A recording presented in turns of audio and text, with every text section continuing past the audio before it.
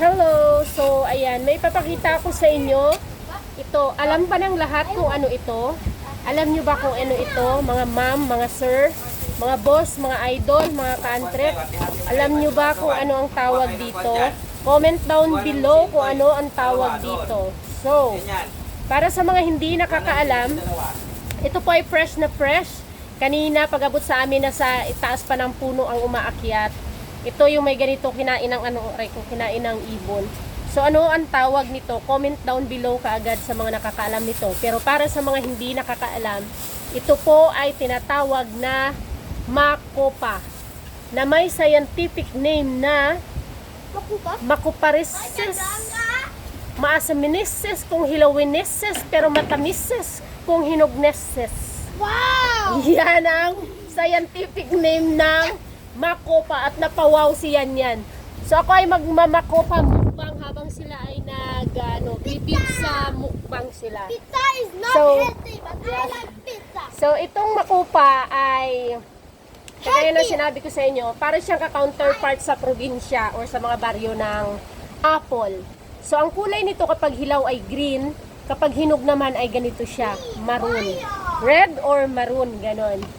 Ang lasa nito kapag siya ay hilaw, ito ay maasim. Talagang mangangasim ka. Pero kapag ganitong hinog, pag hindi pa masyadong hinog, medyo maasim. Kapag hinog na talaga, konti na lang yung kanyang asim. At malalaman mo kapag hinog na siya, medyo malambot na siyang ganyanin.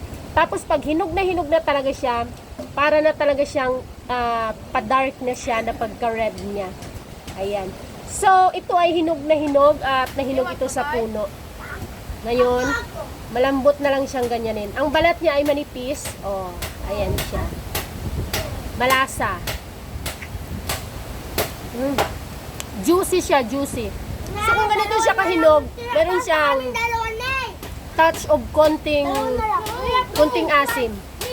Pero yung asim niya na hindi ka mapapaganon, masarap yung pagka-asim niya.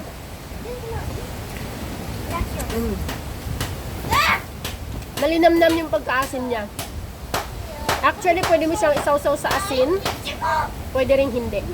Malambot siya actually. Kapag medyo hilaw siya, medyo matigas din siya. Yung consistency ng kanyang laman ay medyo cottony. Cottony! Malambot na juicy. So ito ay napaka-healthy kasi nga it belongs to the fruits and juicy.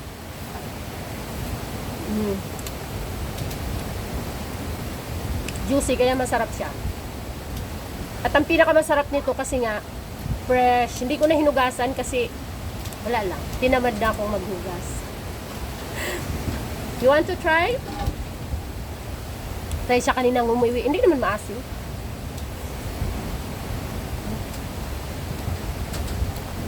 Juicy oh. Diba? Juicy.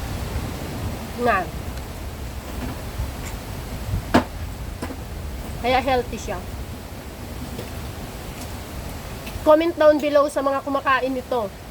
At comment down below kung bakit kung bakit hindi ka kumakain nito. Comment down below din sa mga gustong makatikim nito. Comment down below din sa mga ayaw na gustong makatikim nito. Yung consistency ng laman niya talaga ay cottony.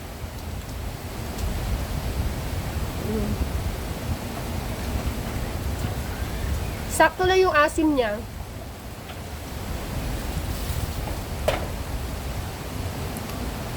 Wala akong asim na maramdaman. Pero kung hilaw ito, talagang mangangasim ka.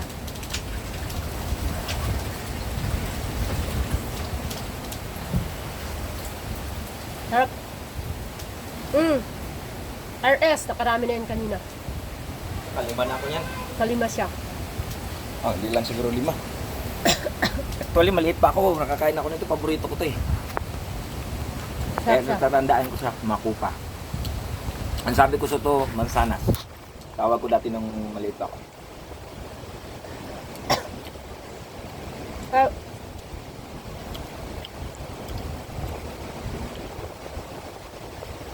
Yung apple na parang mabuhangin, yung hindi magandang klase ng apple, yung hindi Fuji. Tsaka yung ano na, yung old na apple, mas masarap ito. Yung fresh nito at hinog sa puno masarap.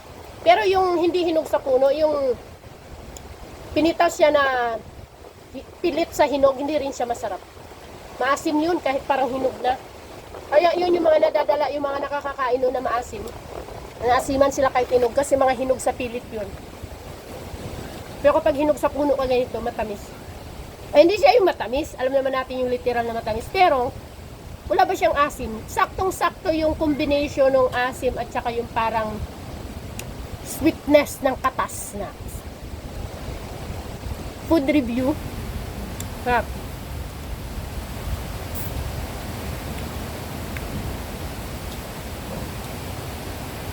Itatanim ko ang buto nito. Masarap siya.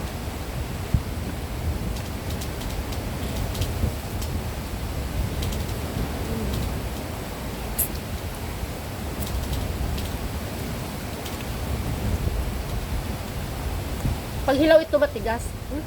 Malambot siya kasi hinog sa puno.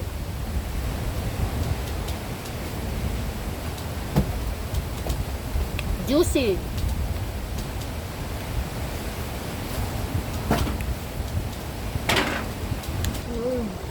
Sarap. Usok pa ba sa inyo yung mga ganito? Mga kumakain ng prutas? Yung pang-probinsyano? Mga kabataan ngayon, hindi masyado. Mga anak ko ayaw kumain ng star apple. Napilitan lang sa video. Gusto ito ayaw din nila. Mantalang tayo noon, mga kabataan, Diyos ko. Balimbing, ano pa, bayabas, makopa, lahat ng prutas probinsya. Mga kabataan ngayon, ewan. Gusto nila mga instant na ng mga merienda. Comment down below kung kumakain din kayo nito. Bye! Ubusin ko pa to.